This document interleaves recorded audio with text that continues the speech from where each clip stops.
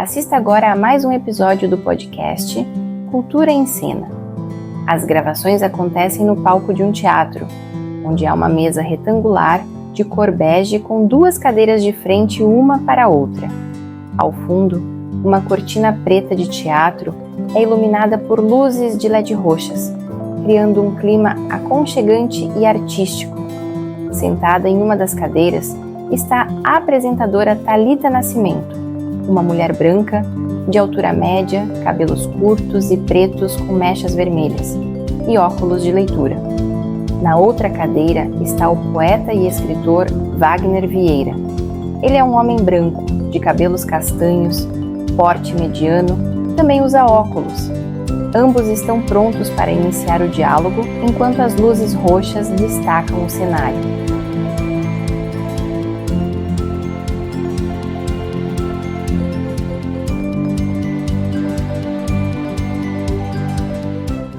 Ele tem raiz em Queluzito e Casagrande. Ele se chama Wagner Vieira. Nasceu em Conselheiro Lafayette em 1978 e é morador do bairro Vila Resende. Ele estudou filosofia na Universidade Federal de São João del Rei e comunicação social na Universidade Federal de Presidente Antônio Carlos, Unipac Lafayette. Antes de ingressar no meio cultural, ele foi coletor de esterco. Ele fala isso no seu currículo com muita honra. E foi vendedor de picolé, de algodão doce, foi jornaleiro, servente de pedreiro, balconista e trabalhou em várias empresas de comércio de Lafayette. Em 2001, ele começou o Grupo Lesma, entidade que se entregou por 22 anos. Projetos literários, culturais, socioambientais e didáticos. E também na atuação em Lafayette, não só em Lafayette, em todo o Brasil. E ele publicou 2 livros, que nós vamos mostrar aqui para vocês. Livros de poesias. E tem um trabalho por 10 anos na imprensa também de Lafayette. Trabalhou na imprensa local como revisor, redator, repórter, diagramador e editor. E atualmente, Wagner Vieira, ele presta assessoria literária através da editora Tábula Rasa.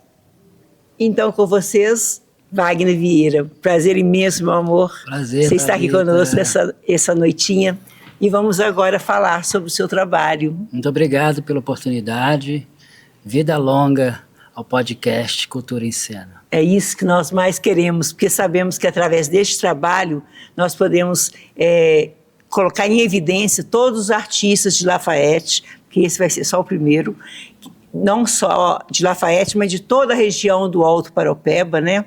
Queremos convidar muitos artistas. E tem, não é? Nós somos uns celeiros de artistas, né? Então nós queremos que esses artistas se tornem conhecidos, não só aqui na região, mas no estado, no Brasil, quem sabe, que não tem barreira à internet, né? Não. Que vai estar lá no YouTube, quem sabe até em outros países. Sem dúvida. Você não concorda? Eu faço muito gosto. A cidade precisa de projetos como esse, né? E é inovador, né? Até onde eu sei, é inovador. Porque podcast aqui, assim, oficial de cultura mesmo, eu creio que é o primeiro. Esse, é o primeiro. Né? Então, parabéns. Estamos sendo pioneiros. Parabéns para você e para toda a equipe aí que construiu esse projeto. Muito obrigada. E a gente vai com fé. Vamos com fé. Wagner, a gente queria saber sobre a sua infância. Se você teve alguma influência da sua família, ou de algum parente, algum amigo. Como foi sua infância? Essa influência que você fala para as artes? Isso. Olha, tem um tio meu, materno, chama Cássio. Ele gosta de escrever, escreve bem. Ele fazia muito, quando eu era menino, paródias de canções internacionais e botava uma letra em português e cantava. Ele atua, ele é muito criativo, sabe? Eu sempre tive uma admiração muito grande por ele. Na família, que tem aptidão artística, assim, que eu me lembro agora, é o meu tio Cássio, assim, que foi a primeira noção que eu tive de arte, assim. Tá. Então, foi seu tio. Ele foi a primeira pessoa. E como foi a sua infância, assim? Como você começou a ter essa aptidão pela leitura, pela literatura? Eu fui estimulado muito mais na adolescência, na escola, né? Eu tive uma infância comum de menino que eu gostava de jogar bola, carrinho de guia, jogar bola de gude, brincar com as coisas de criança, normal. Eu vim para Lafayette, eu tinha 2 anos de idade, 2 para 3 anos de idade, né? Que eu vim para Lafayette, que eu nasci aqui na maternidade, mas a minha família, meus pais moravam em Casa Grande, então eu morei meus primeiros anos lá. Vim para Lafayette, então cresci, então, sou lafaientense, sou daqui, sou registrado aqui, moro a maior parte da minha vida aqui. Então eu tive uma infância de criança normal. Na adolescência, eu tive influência, sobretudo, de um professor que é vivo, mora aqui na Lafayette, é daqui, que me inspirou muito, que é o professor Arlindo Andrade. Conheço. Né? O professor Arlindo foi para mim o meu primeiro mestre. O professor Arlindo, ele dava aula, eu estava na 6ª série, o professor Arlindo dava aula de língua portuguesa no Monsenhor Horta. E ele tinha, além dele saber muito o conteúdo, ele tinha uma forma que eu comparo com aquelas aulas espetáculo do Uriano Suassuna. Ele fazia torneios sobre conjugação de verbo, substantivo, as classes de palavras e tudo, sabe? Para estimular os alunos. E ele incentivava a gente de uma forma muito interessante. Por exemplo, as meninas, ele perguntava assim, ele percebeu que quase ninguém gostava de ler, aí ele sentiu creio eu, que tinha que fazer um trabalho de fomento à leitura. Aí ele falava assim, por exemplo, uma menina lá da escola, da sala, de que você gosta? Suponhamos que ela falasse assim, eu gosto de assistir novela. Aí ele falava assim, o que passou na novela ontem? Aí a menina falava, e ele falava, o que vai passar hoje à noite? Aí ela, não sei, não chegou a hora. Aí ele, eu vou te falar um negócio, tem uma revista que vende na banca de jornal, que conta a história das novelas, fala o que vai até acontecer amanhã. Quando eu era menino, a maioria era futebol. Aí ele falava assim, o que você gosta? Eu gosto de futebol e tal. Então, o que você sabe do seu time e tal? Aí, ele tá jogando no campeonato, isso e aquilo e tudo.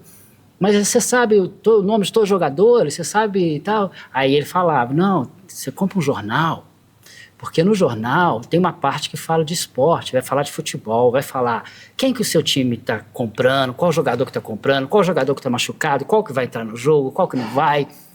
Isso me levou a ler jornal. Aí eu do jornal, eu passei a ler o jornal todo, né? Não só a página de esporte. E ali eu fui tomando gosto. E eu lia muita prosa, principalmente contos e romances, mas quando eu me deparei com a poesia, foi através de um livro chamado A Rosa do Povo, de Carlos Drummond de Andrade. Eu fiquei arrebatado, porque eu não entendia a diferença entre prosa e verso.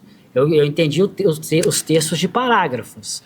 Quando eu vi coisas muito sublimes, loucas, escrito em linhas descontínuas, que até então eu não sabia que era verso, eu fiquei impressionado com aquilo, impactado. Esse impacto virou interesse. E daí eu falei assim, eu quero ser igual a esse cara.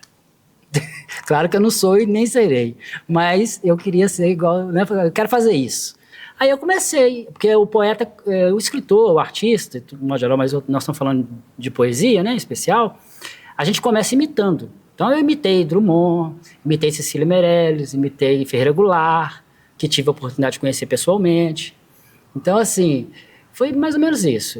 O primeiro mestre meu, Arlindo Lúcio da Cunha Andrade, o qual eu mando um grande beijo, porque ele vai assistir esse podcast. Nós somos amigos até hoje. Olha, como que um educador, né, como o professor Arlindo, que também foi professor da minha irmã Penha Alves, sim. Como que ele um professor, um educador pode influenciar na vida de um jovem, né?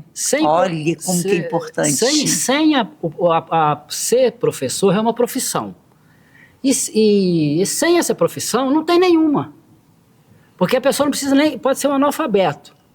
se ele está na roça, trabalhando, se alguém não ensinar para ele a capinar, a plantar, então às vezes o avô dele, o tio dele, o pai dele é o professor dele.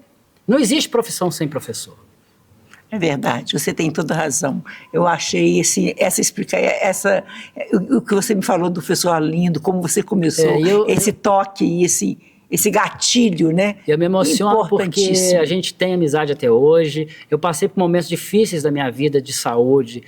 Ele foi lá em casa me visitar, sabe? E ele é um lutador, ele tem problemas também de saúde e ele é sempre alto astral, sempre querendo viver. Ele, assim, eu fico emocionado. Professor Arlindo, eu fico emocionado. E você falou na sua biografia, Wagner, que você teve uma infância, uma adolescência difícil, né? Você falou que você foi vendedor de picolé, você começou como coletor de estercos, você disse isso. Eu falei coletor aí para ajudar, porque o negócio é catador de bosta, de boi. Foi isso mesmo. O que acontece, Thalita? Eu sou de origem humilde. Meu pai, minha mãe são da área rural, vieram para a cidade e tudo.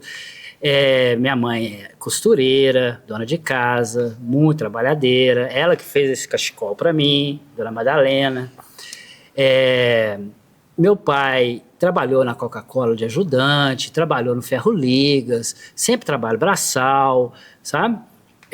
Então a gente não passou fome, mas a gente passava, assim, necessidades de algumas coisas. A gente tinha o básico. Então, assim, se eu quisesse comprar um caderno, eu comprava a lista. Se eu quisesse um caderno de arame, eu tinha que comprar.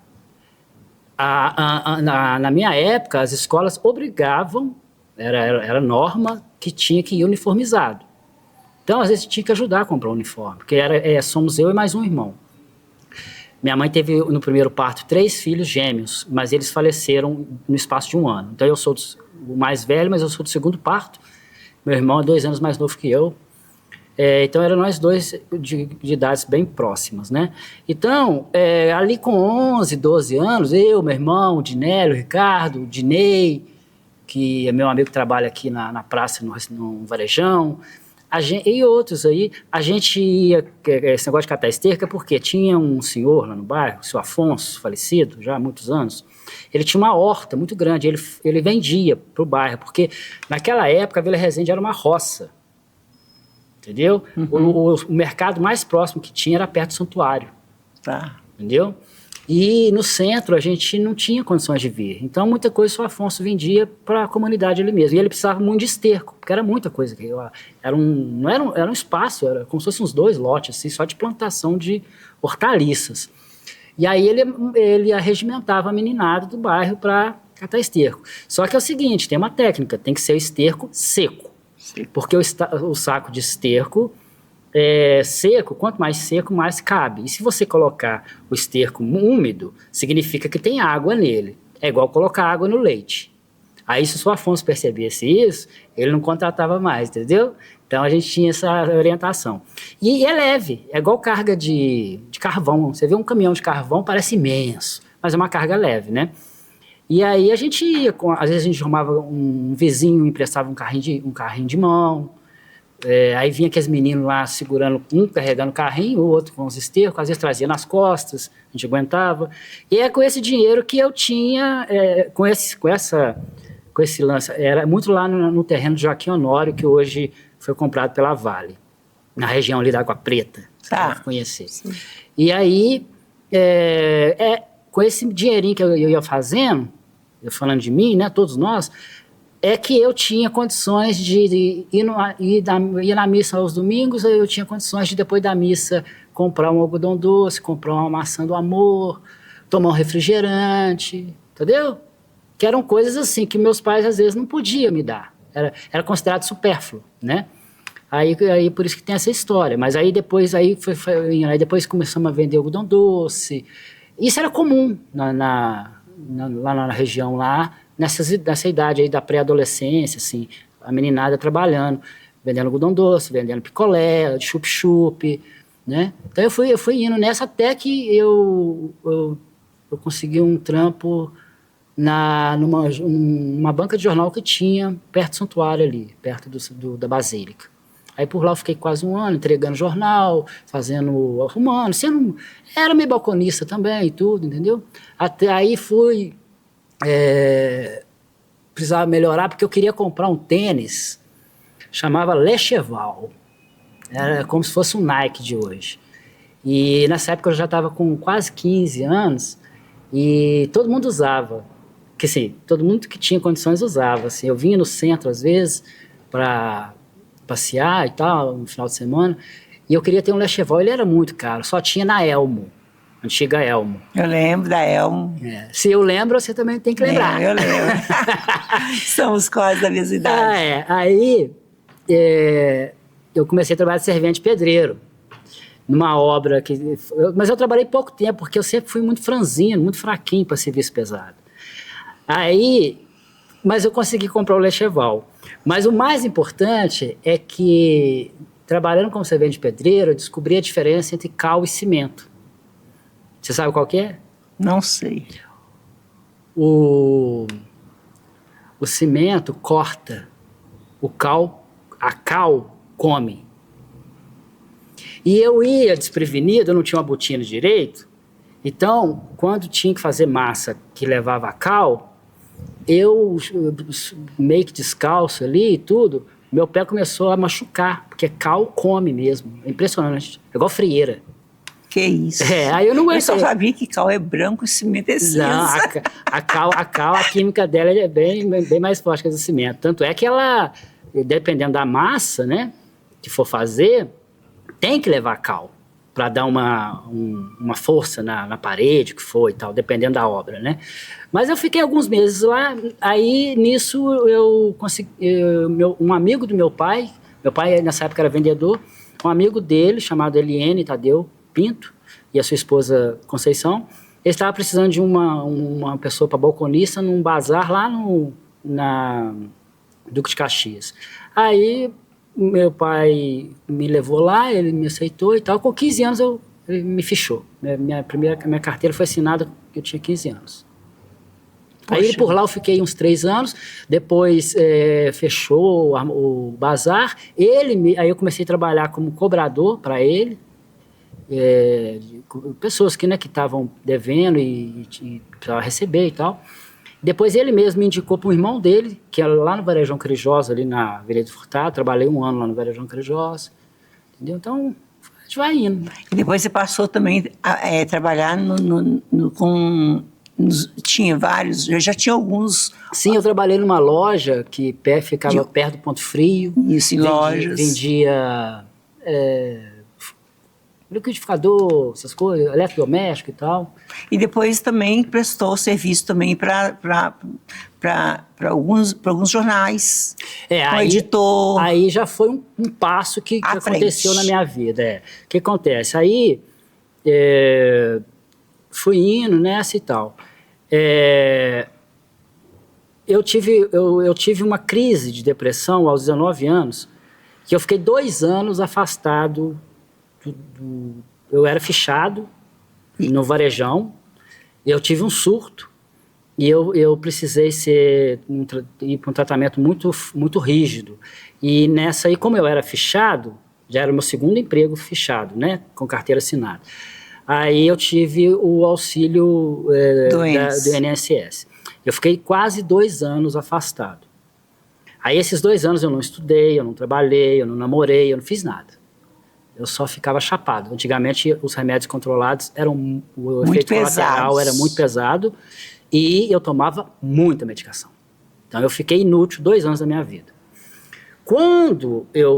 Só que se eu completasse 2 anos, eles iriam me aposentar. O INSS iria me aposentar. Aí, eu fui no médico com a cabeça assim, gente, eu não posso ficar nessa. Caiu a ficha. Mesmo doente, eu tenho que ir. Caiu a ficha, igual você falou. Aí, de cara o médico já me dava o laudo, ele viu que não estava bem, foi pesado. Não vale a pena descrever aqui. Aí, eu peguei o laudo, só que no dia da perícia, eu rasguei o laudo e cheguei lá e falei que eu estava bom. Claro que o INSS gostou, porque é -1 para bancar, né? Exatamente. Aí eu não sei como que eu desmamei desses medicamentos, mas com um pouco eu voltei a estudar. Aí eu tinha parado no 2º ano do ensino médio. Aí eu voltei para Mossoró, eu estudei em 8 escolas em Lafayette, da 5ª série ao 3º ano. Gostava de ficar trocando de escola, para conhecer novos colegas, novos professores e tal.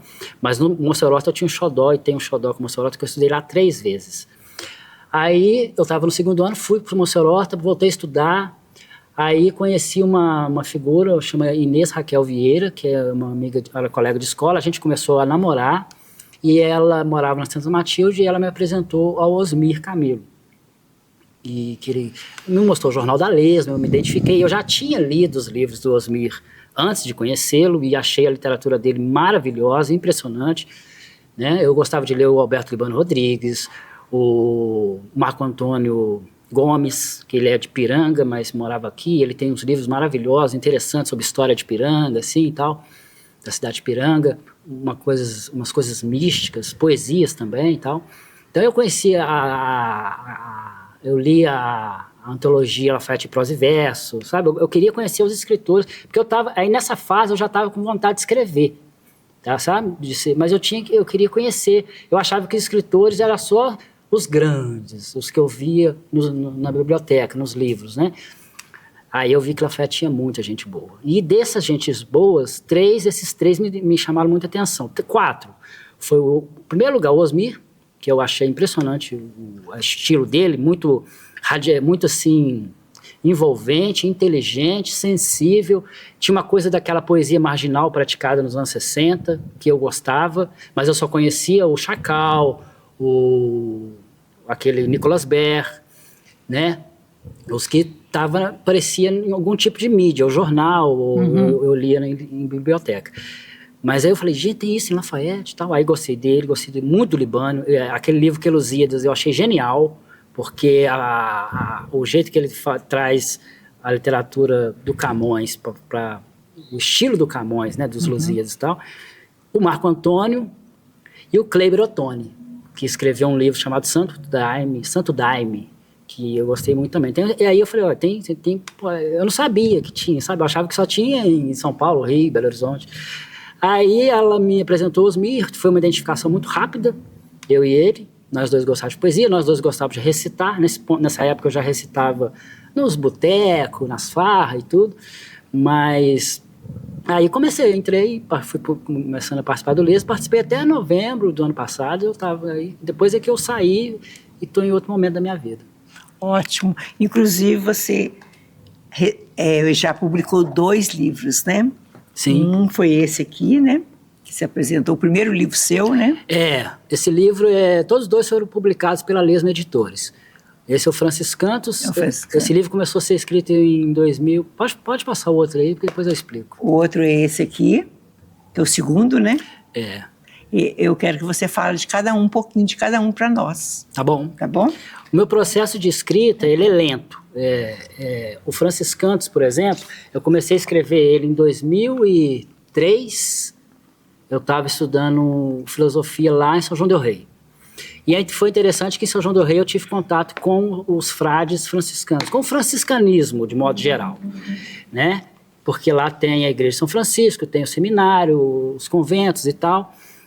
E eu sempre gostei de São Francisco de Assis. Eu sempre achei nele... Eu larguei o catolicismo aos 15 anos. E desde então, nunca mais frequentei a igreja. Sabe? Eu não tenho religião. Mas eu sempre achei São Francisco de Assis interessante. E não sabia o quê. Né? Eu sabia que ele era um santo, que ele era uma pessoa desapegada e tinha aquela coisa de ser um defensor da natureza. Quando eu fui... Aí lá mesmo na universidade...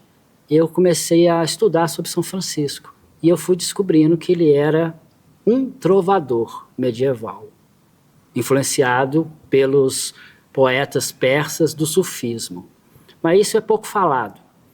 Ele é mais conhecido pela a visão católica que ele tem. Eu falei, esse cara é mais que santo, esse cara era um poeta, que interessante. E aí eu fui estudando e eu consegui ler tudo que que tem certeza que foi ele que fez. Porque muita coisa, ele é do século XII, né? Muita coisa que ele cantou, falou e tudo, era tradição oral, né? Não foi registrado, mas tem alguns poemas, orações, paródias de orações, cartas e um trecho que sobrou da ordem dos frades menores, que foi a que ele criou, né? E aí eu fui tendo acesso a esses documentos e fui estudando sobre ele. Aí eu queria fazer meu trabalho de conclusão de curso, eu queria fazer com... Aí vai entrar meu terceiro mestre, porque foi o professor Arlindo, depois foi o Osmir, que se tiver a oportunidade eu vou explicar por que ele me transformou como poeta, e aí vai entrar o meu terceiro mestre, que é um professor de cultura grega lá na faculdade. Eu queria fazer, falei assim, porque o São Francisco, na verdade, do ponto de vista filosófico e teológico, ele é uma ruptura de quase 1000 anos do catolicismo, que o catolicismo ele foi influenciado, praticamente as bases do catolicismo é Santo Agostinho. E aí, quando chega Santo Agostinho do século IV, V, né? Uhum. E Santo Agostinho falava que o mal é natural, o mal está dado, o mal está no mundo. O bem, você tem que lutar por ele. O mal você não precisa lutar não, que ele vai chegar. Um problema, tudo. E ele trata, aí ele relaciona isso com o pecado original, que era questão teológica e tal. Não vou entrar nesse mérito. E o São Francisco, ele começa a falar que tudo é bom, porque tudo foi Deus que fez. Então a morte é boa, a dor é boa, a doença é boa, entendeu? Aí eu fui pirando em São Francisco. Aí eu conversei com o meu professor, que é esse professor Inácio Bulhões. Ele não poderia ser meu orientador, tinha que ser um orientador de filosofia medieval. Só que eu tive problema de relacionamento com o professor de filosofia medieval. Não gostava dele, nem ele de mim. Entendeu? Aí, e não era só eu, não. Outros também. Por isso não vou citar nome, não importa. Mas ele me desestimulou a estudar o período medieval, que é o que mais me interessava na filosofia. Que é o período que muita gente fala a Idade das Trevas, mas é um período que a ciência, a filosofia, as artes desenvolveu demais. É um período muito importante da humanidade. Mas, aí eu falei assim, eu quero relacionar São Francisco com as ideias dele, como que ele via o mundo e a poética dele com Santo Agostinho e mostrar que ele veio fazer um contraponto, que depois dele a igreja vai abrir para outra dimensão. Mas aí o Inácio Bulhões, ele não poderia ser meu orientador porque ele trabalhava com cultura grega. Aí ele me falou assim, mas aí eu já tinha começado a escrever alguns poemas. Mostrei para ele, fui no gabinete dele, mostrei para ele, troquei essa ideia. Aí ele falou assim, Wagner, mas isso é para medieval e tal. Eu não falei nada com ele, porque eu tive problema com outro professor.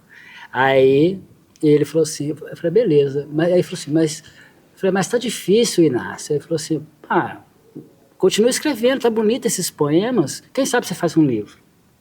Isso foi em 2003. Aí eu fui devagarzinho, escrevendo, uma hora que dava uma ideia, outra, até que esse livro foi publicado em 2013. Esse livro gastou 10 anos. Esse livro tem 96 páginas, a pessoa lê num dia e eu gastei 10 anos para fazer. Então a história do franciscano é mais ou menos essa. O primeiro poema, eu vou falar só disso, porque isso eu achei místico. O primeiro poema, eu até falo aqui no livro, em algum lugar, eu escrevi, porque foi o seguinte, eu estava indo no fim de semana lá para Queluzito, lá para Olaria, visitar meus avós, passar o fim de semana lá. Eu já estava com 20 e poucos anos, né? Sempre gostei de ir na roça e tal. Meus avós agora já faleceram os dois, os 4, o pai e mãe. Aí, mas eu ia para a casa dos meus avós paternos e tal. Aí eu desci do ônibus e como é na região mais grota, né, que fala aqui em Minas, da estrada, do asfalto até lá era uma meia hora a pé. Aí eu estava caminhando e tal, aí me veio uma inspiração. Aí foi vindo a segunda, aí veio a terceira, eu falei, eu tenho que escrever isso. Eu sentei numa pedra, tirei a mochila, não tinha caneta. Não tinha lápis, não tinha nada. Aí Eu falei, e eu com 3 poemas na cabeça, gravitando. Eu falei, eu vou esquecer isso até chegar lá na vovó. Aí, do nada, eu pensei assim, eu peguei um graveto, não sei, escrevi os poemas, são poemas curtos, escrevi na estrada, na poeira da estrada, entendeu?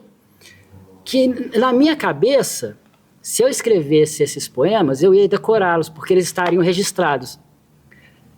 Só que assim, creio eu que depois que eu passei, que eu escrevi os poemas na estrada e fui para casa da vovó. E realmente não esqueci os poemas.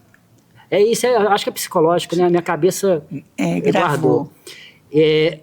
Foi esses 3 aqui. Pode ler para nós. Um chama Invocação, que eu falo assim, conserta a minha memória, exorciza a minha vaidade, faz eu falar a verdade. Que profundo, hein? O outro, deixa eu ver qual que é. O outro é esse aqui, Inspiração.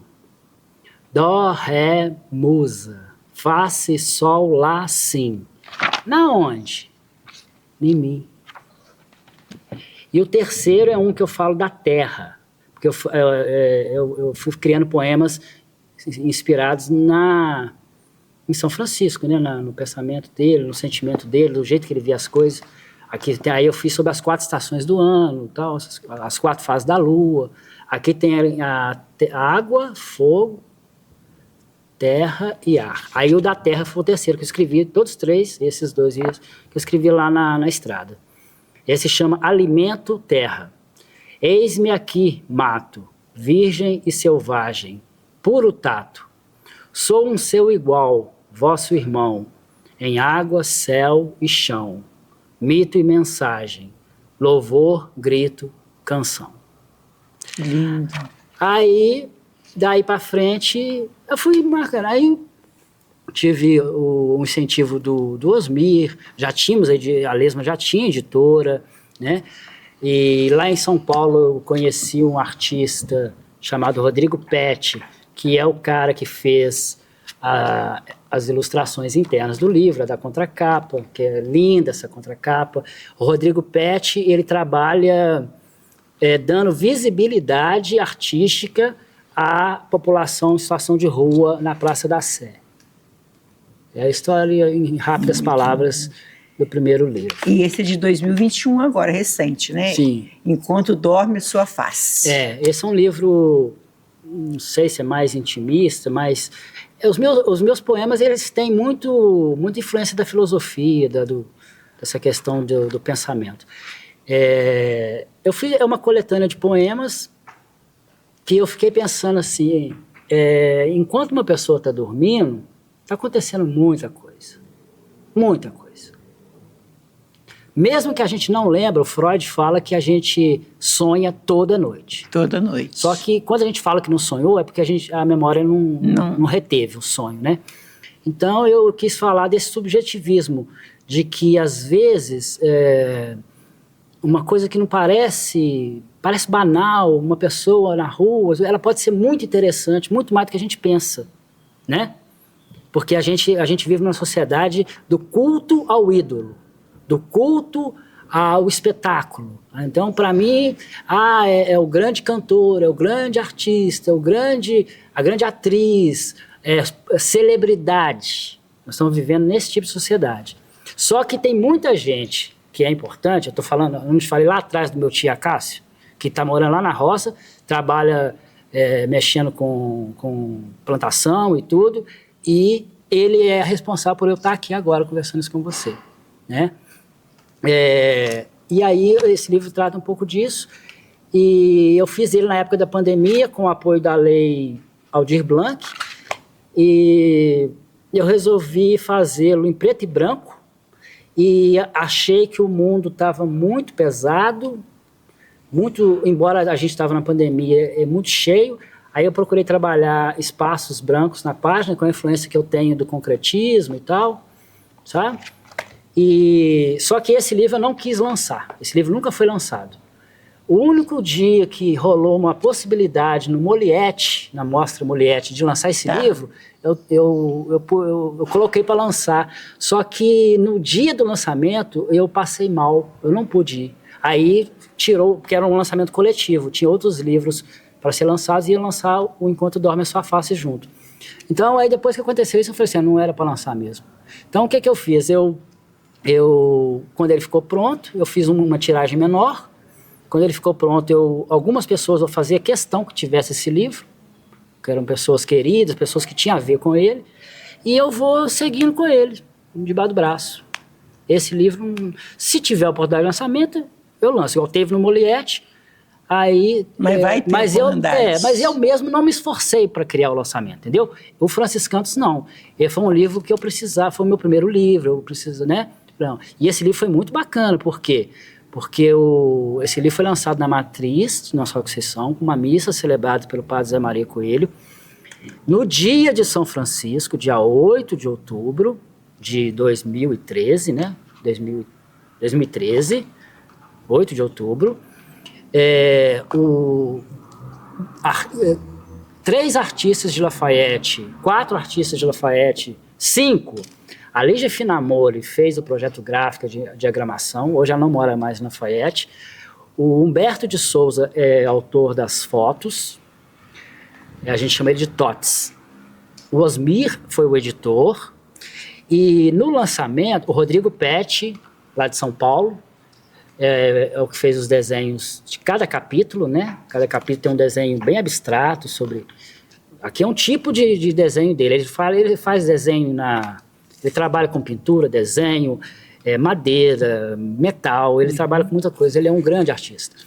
E eu tenho que agradecer também 4 artistas, que é o Paulo Antunes, o Marco Antônio Cruz, o Sérgio Trajano e o Osmir Camilo. O Sérgio Trajano hospedou o Rodrigo Pet e o Corta-Ruas, que era um amigo dele, que tem um estúdio Lâmina lá no Vale do Anhangabaú. Não é mais lá, mas era lá. Mas existe o estúdio Lâmina, que é uma residência artística. O Rodrigo Pet dá oficina lá, e outros artistas também trabalham. Então, tem o Rodrigo Pet, o Luciano Corta-Ruas, eles vieram a Lafayette. A gente conheceu eles lá o Lesmo foi fazer uma turnê em São Paulo. Nessa aí a gente conheceu esses 2 caras maravilhosos através de uma grande amiga chamada Tatiana Kobat, que é um ser humano muito especial e uma artista fora do comum. Eles vieram, o Sérgio Trajano os acolheu com gratuidade. Perdemos ele há 3 meses, que pena. Ele foi uma perda, viu? Porque ele faz falta. Faz muita falta. Ele é um coração muito bom, cara, eu sempre fui amigo dele, eu sempre gostei dele, tenho gratidão por ele. E essa gratidão vai além da morte dele. Pode ter morrido, eu vou continuar grato. Isso. Então, o Trajano... E no dia do lançamento, o Paulo Antunes, o Marcos Cruz e o Osmir, eles fizeram intervenções, performance, sabe? Lá que foi ali na casa paroquial, ali no Edifício Imaculado. Então, assim, tá vendo? É tudo movimento de gente para as coisas acontecer. Verdade. Uma coisa que eu queria te perguntar. Como nós moramos numa cidade que tem 100 e poucos mil habitantes, né? Mas é uma cidade ainda, uma cidade do interior, e como você mostrou, você vê que realmente você teve que batalhar para chegar onde você está. Você acha que para chegar, para ser um artista, um escritor, um poeta, depende do talento ou depende... A pessoa tem que ter esse talento ou tem que ter dedicação? Ou tem que ter os dois? Sim, tem que ter os dois e mais do que isso. Tem que ter talento, mas o talento é uma aptidão que todo mundo tem para qualquer coisa. Talento é aptidão. Todo mundo tem. Tem gente que tem talento para comércio, tem gente que tem talento para ser comunicador, igual você. Tem gente que tem talento para escrever, tem gente que tem talento para fazer cinema, tem gente que tem talento para dirigir, tem gente que tem talento para soldar. Wagner, você que me falou que rodou, né, várias partes do Brasil, conheceu muitos escritores, muitos poetas, muitos mesmo.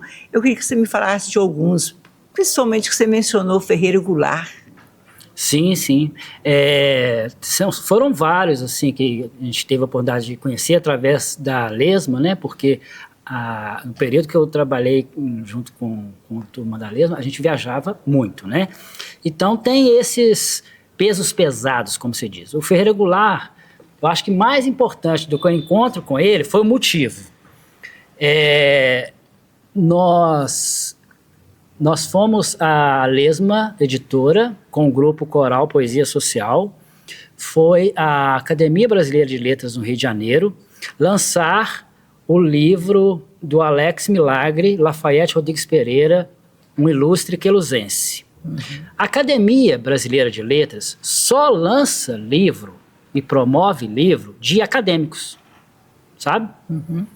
Aí, na pesquisa, o Alex já tinha falecido, foi a segunda edição que nós fomos, a primeira edição, o Alex faleceu pouco depois, não sei se você lembra. Aí o livro esgotou, teve a segunda edição, o que nós fomos lançar lá foi já essa segunda edição. O Osmir descobriu que o Lafayette tinha sido acadêmico.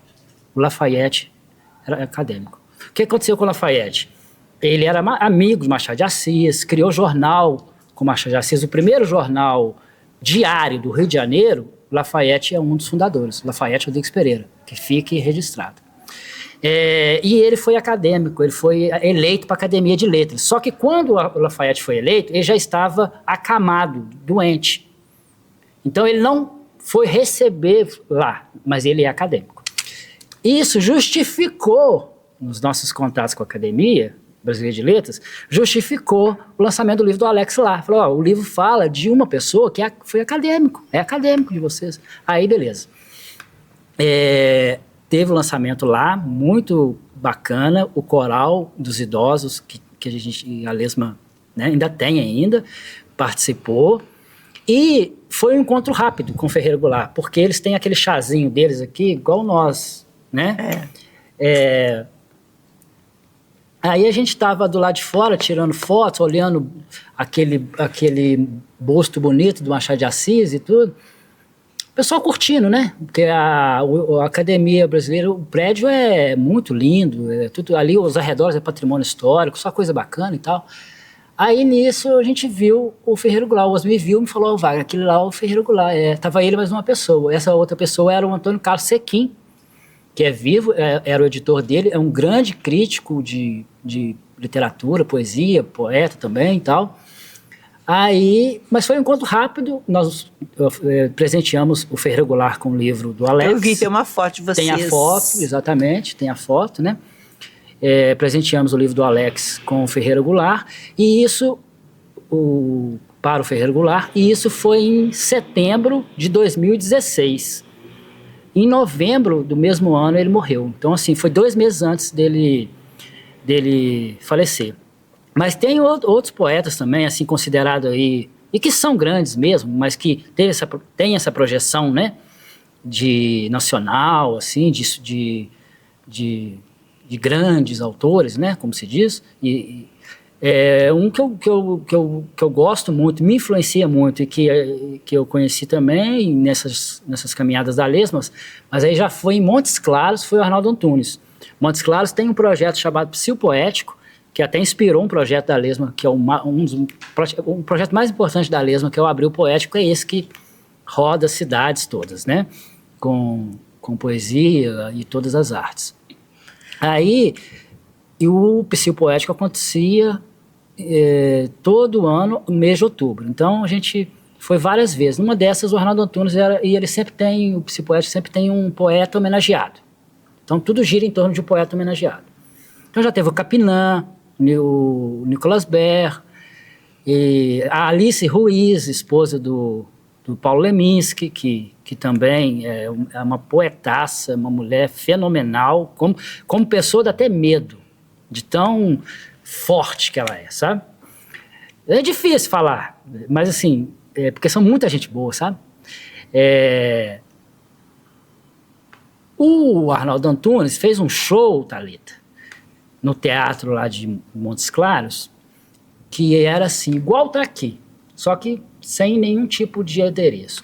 Um fundo preto, um palco vazio, um microfone no pedestal e ele recitando poema e a plateia lotada. Eu lembro que fomos eu, a Patrícia e o Osmir.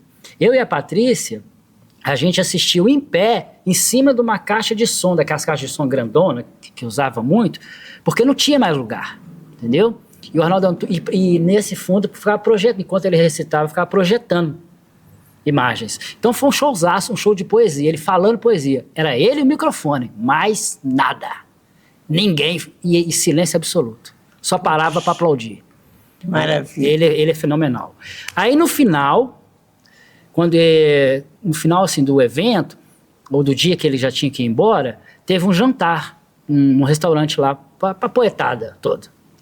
E tava lá eu, Osmi, Patrícia, o Haroldo Pereira, que é o organizador do Psicopoético, grande poeta, grande amigo também, e os outros poetas todos, e o Arnaldo Antunes sentado num canto dele lá. E aí teve um momento que eles falaram para falar poesia. O Haroldo chamou, vamos falar poema. Aí cada um falava um e tal. Aí o Haroldo falou comigo, aí chegou na minha vez de falar, eu falei um poema assim, chama Seio, Ceia. Tem um poema que a gente usava, ele é muito usado no recital, para criança. O poema é assim: serventia de mamãe é dar de mamar e matar a nossa fome quando a gente é pequenininho.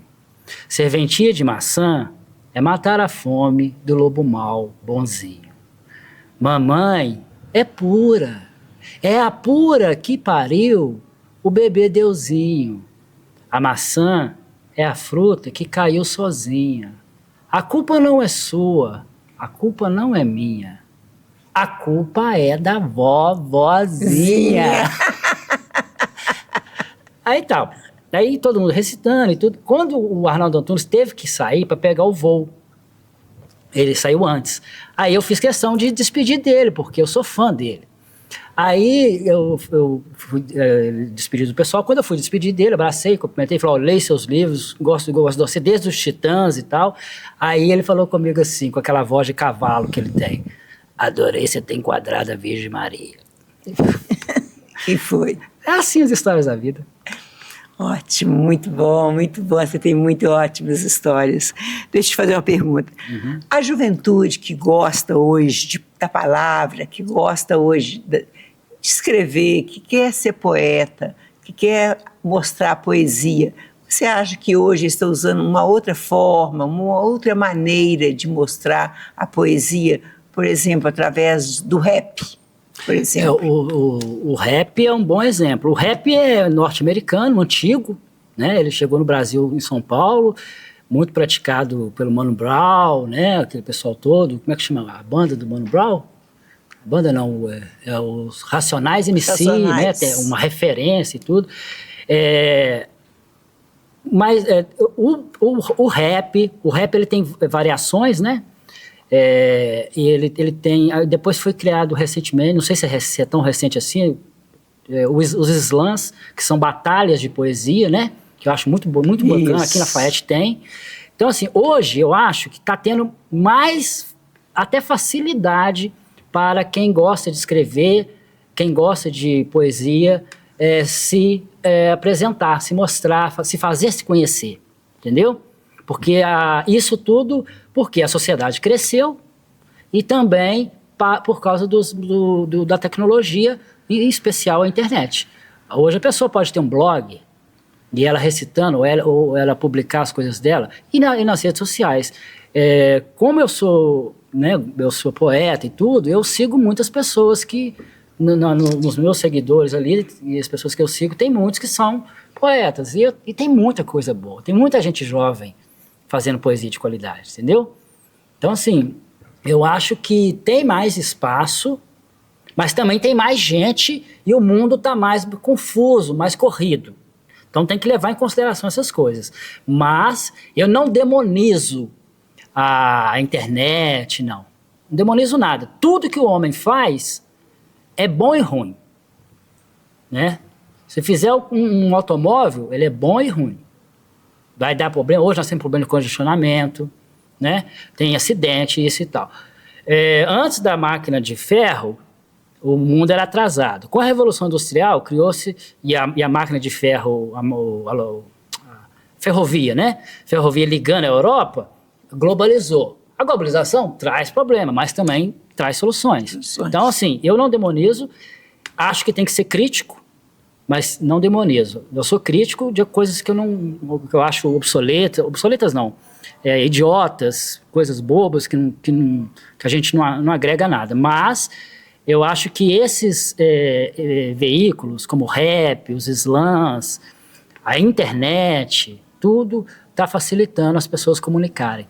Porque antes, eu publiquei o meu primeiro poema, que um amigo meu que trabalhava num jornal, o Jornal do Amaury, não sei se você lembra. Lembro. Jornal da Cidade. Eu trabalhei com o Amaury. O primeiro texto que eu publiquei foi o Mauro, que publicou para mim. Não, eu trabalho com o Amaury. O Mauro é vivo. O Amaury, infelizmente, né, nos deixou. O Amaury era um encanto de pessoa. Então, o Amaury Pereira. Amaury Pereira. Então, assim, era uma luta. Pai do Rodrigo Jardim. Sabia? Pois é, e a família Jardim tem muita gente culta e poetas. Exatamente. Né? E o Amaury era um poeta. Era. Escrevia maravilhosamente bem. É. Ele foi meu primeiro patrão. Pois é, foi no Jornal da Cidade? No jornal. Então, é esse mesmo. Então eu tinha Eu tô 40 anos no mercado. Comecei muito nova. Tá bom, não, é isso Verdade. mesmo. Você tem sua história. Tem uma trajetória bem grande. Afinal, aí vai ter que fechar com chave de ouro com você, ó. Você que vai ser entrevistado. Então, assim, era difícil, entendeu? A gente conseguir. Para eu publicar um poema na antologia, claro que é uma antologia, a antologia Profeta em Prosa e Verso, ela é como é que fala? Ela é as pessoas compram o seu espaço, né? Então, é legítimo, tem que ser assim para publicar, porque senão não faz o recurso necessário. Não consegue. Mas eu tive que fazer economia com 15 a 6 anos e fui lá quando o Libânio e a Cleonice moravam lá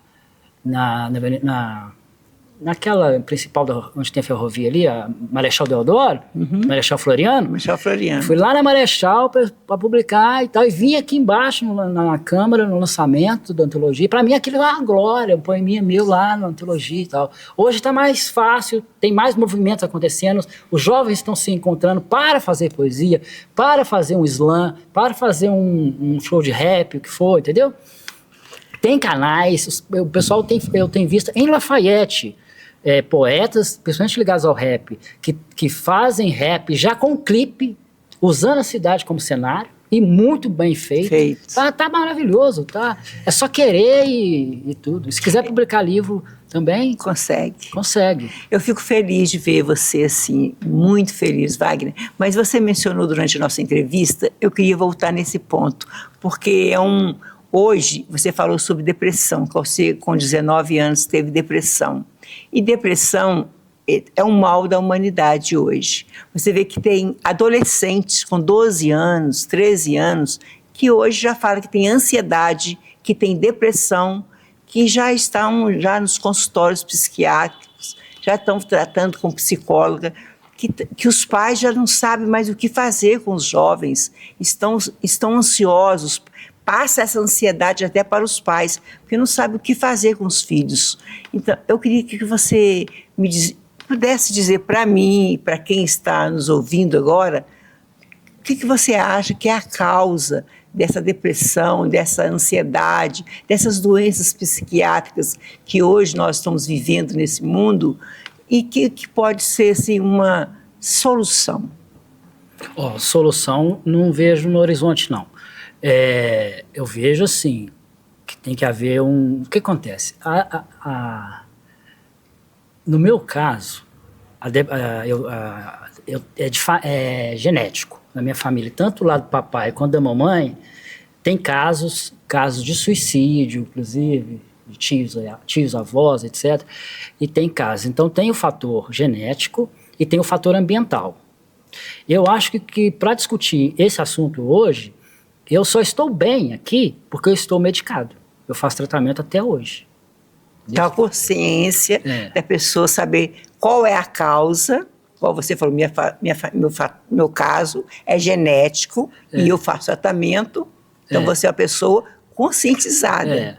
Foi vários médicos, eu frequento psiquiatra desde os 19 anos de idade e todos lutaram por mim, claro, né? Mas atualmente eu tenho muito a agradecer ao Dr. Lucas Furtado Quintão e a minha terapeuta, a Cíntia Nogueira, tá? Essas pessoas têm sido o meu amparo, assim, para eu segurar. E eu sou uma pessoa bem-humorada. Eu não sou uma pessoa ranziza. Mas se eu não tiver em tratamento, e tanto medicamentoso quanto em terapia, eu caio na crise, né? Eu acho, Thalita, que está acontecendo é o seguinte, o mundo, hoje, a sociedade geral, está muito cheio de coisas, cheio de oportunidade, cheio de coisa para você escolher, coisa para você fazer, isso e aquilo. Esse é um ponto, o mundo está cheio. E o mundo está muito competitivo ao mesmo tempo. Porque se o mundo tem muita coisa a oferecer, também tem muita gente querendo tudo. Ou seja, está todo mundo querendo tudo, entendeu? Então está havendo muita coisa a oferecer, faz com que você tenha que escolher. E quem escolhe, perde. Se eu tenho uma banana e uma maçã, você está com fome, eu estou com fome, e eu te der a banana, e ficar com a maçã, eu perco a banana. Se eu te der a maçã, eu perco a maçã. Eu tenho que escolher. Mas para nós dois matar a fome, né? A juventude está pirada na overdose de escolhas. Ela não está sabendo o que fazer. E ela está sendo pressionada pela própria sociedade, que começa na família, a ser foda, a ser bom. Todo mundo tem que ser bom. E isso cria uma pressão na pessoa. Porque ela vê o colega tirar uma nota melhor na escola, ela já fica mais triste do que precisa. Não, estuda mais e tudo, só isso. Mas o que eu acho é que está havendo uma oferta muito grande que faz com que as pessoas não estão sabendo lidar com a liberdade. O que é a liberdade? A liberdade é fazer escolha. E fazer escolha perde. Mas se não fizer escolha, não exerce a liberdade. Então tem que escolher. Nós temos que escolher toda hora. E é a forma de liberdade. E do jeito que o marketing vende as coisas, as escolhas, as oportunidades e tudo, parece que exige, né? Exige e parece que não... que é para você. E chega uma hora que a pessoa fala assim, não, eu tenho que escolher. Eu tenho que lutar por isso e tal. Então, assim, vem essa questão da overdose de escolhas e a pressão de ser bom, a pressão de ser o melhor, a pressão de ser o mais importante, o mais bonito. Você pode ir na rede social aí. Não tem ninguém na rede social, ou quase ninguém, falando, hoje meu dia foi... Não, todo mundo tá lindo, maravilhoso, e passeando, e maquiagem, mais bonito que na vida real. Se eu ver uma pessoa no Instagram agora e ver ela atravessar a rua, eu assusto. Isso tá pirando. Como eu não sou dessa geração, esse mal eu consigo lidar com ele, né? Então, assim, mas quem essa geração, acho que é Y que eles falam, né? Que já nasceu nessa geração, eu acho que eles estão adoecendo mentalmente, aí entra ansiedade, ansiedade estresse, generalizada. Ansiedade generalizada, o estresse e a tal da depressão. Que a depressão é? A depressão é quando a gente perde a energia vital. Então, assim, até para atravessar a rua você tem que ter energia vital. Para vir aqui no podcast, eu tinha que estar entusiasmado, afim, você tinha que estar afim. Isso é energia vital. A depressão é quando, do ponto de vista da mente ou dos hormônios que nós temos, a pessoa perde isso.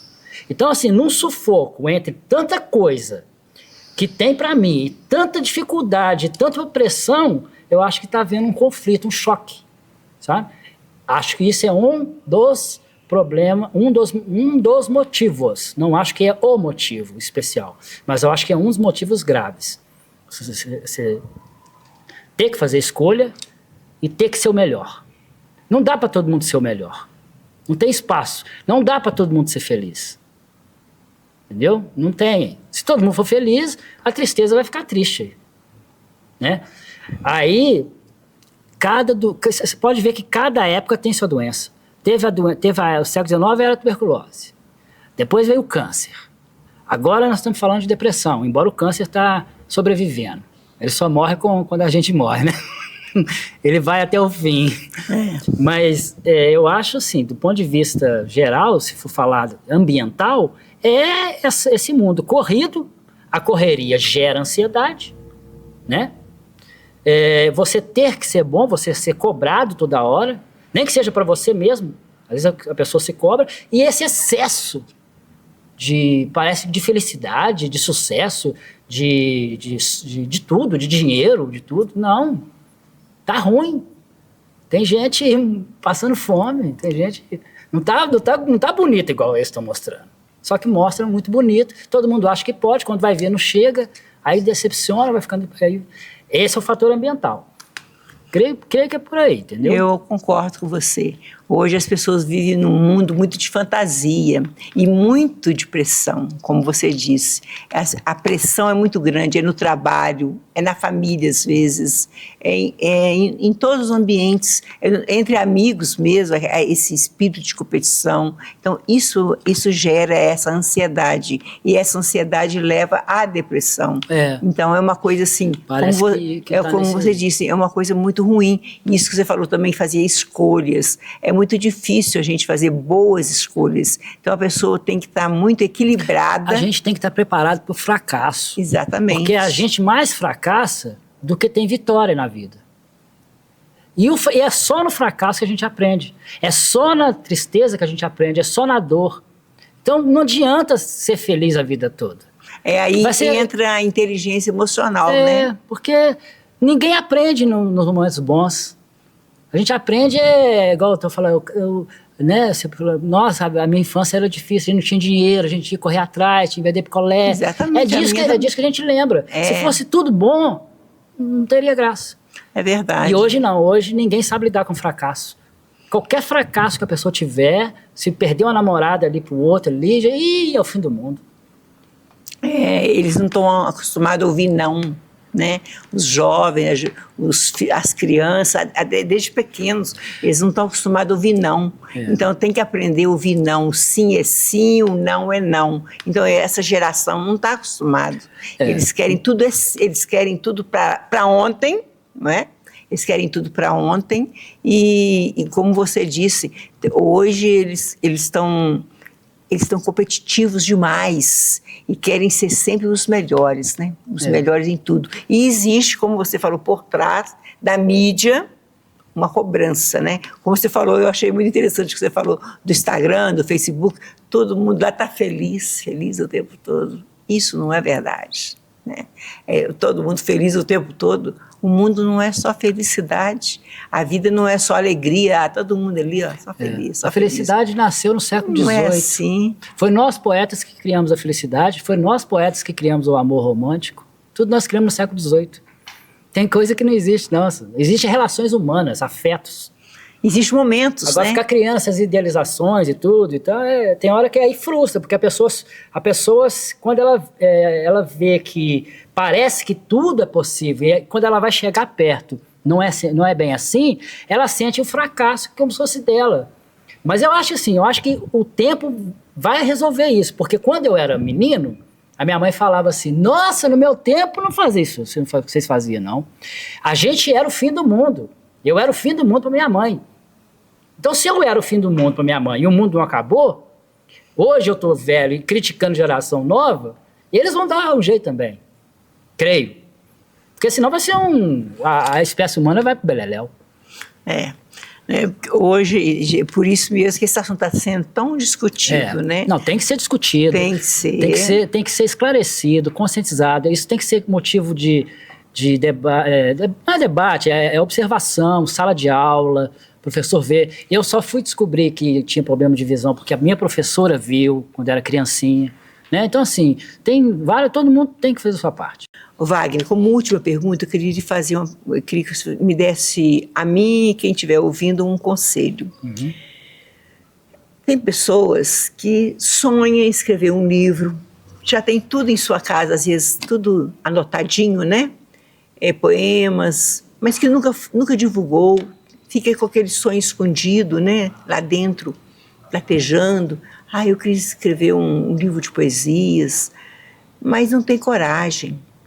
Aí você que já lançou seus livros, você que é um poeta, como você daria um conselho para... Não importa a idade, se é homem, se é mulher, se é um jovem que quer entrar nesse caminho, como que você incentivaria essas pessoas?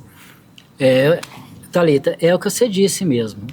Tem muita gente, igual eu, tive quando eu queria publicar e ficava procurando como fazer, né? Tem muita gente jovem, mas também tem muita gente adulto, já pessoas maduras, né? Hoje mesmo eu vi um amigo que já está aí com seus 70 e poucos anos, ele tem um livro que ele escreve a vida toda, está guardado e tal, e não publica. Eu acho, primeiro, é possível. Segundo, acredita no que você escreveu. Por quê? Não tem que ficar muito focado nessa coisa de sucesso, disso e daquilo. Tem que focar o seguinte, é sincero o que eu escrevi? É sincero? A pessoa tem que se fazer essa pergunta.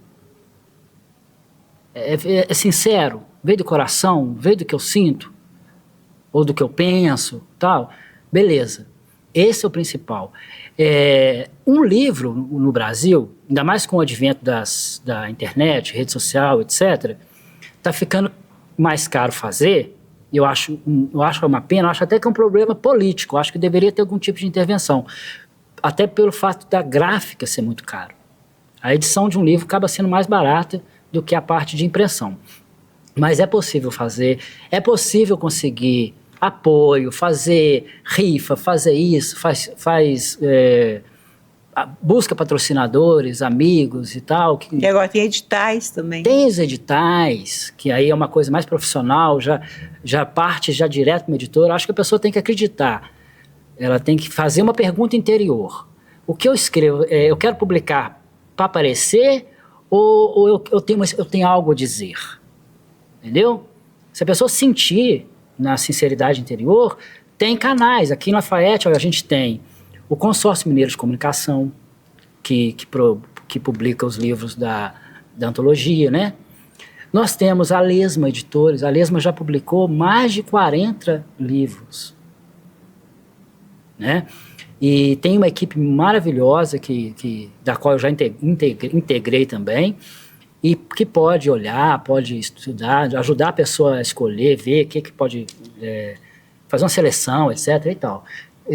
A cidade está grande, a cidade não é mais aquela roça de 20, 30 anos atrás. Lafayette tem 160 mil pessoas, é uma cidade polo, tem comércio para ajudar a patrocinar, entendeu? Então, assim, às vezes as pessoas ficam muito presas no custo. Eu também tinha essa questão.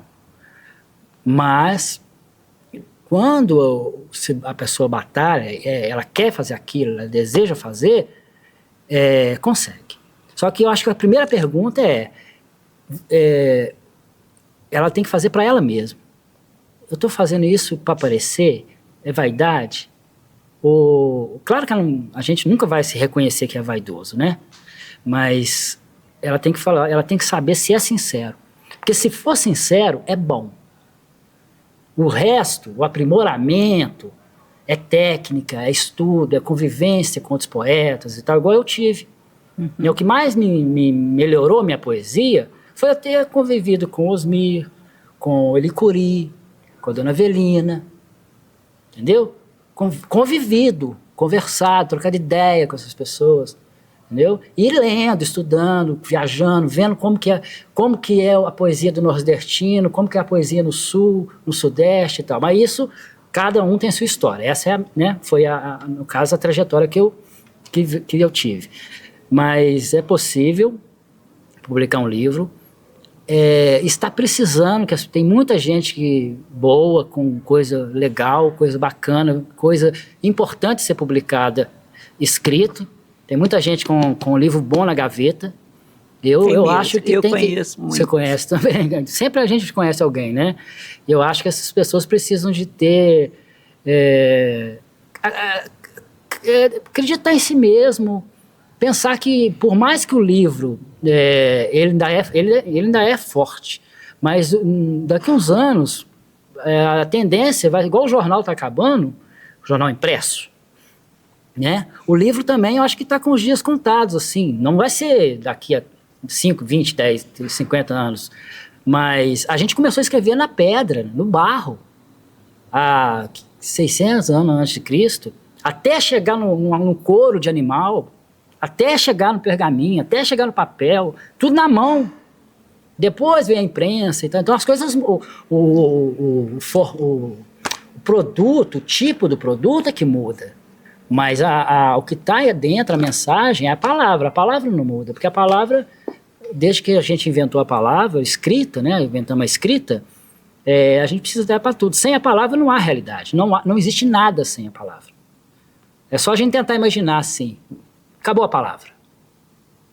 Mas se você pensar, você já está falando, porque a gente pensa por palavras. Então, eu acredito na palavra. Se a pessoa que escreve, o jovem aí que pode estar assistindo o programa, jovem, adulto, idoso, não importa, faça essa pergunta. Por que eu escrevi esses negócios todos aqui, esse tempo todo ele está guardado? Por que está guardado?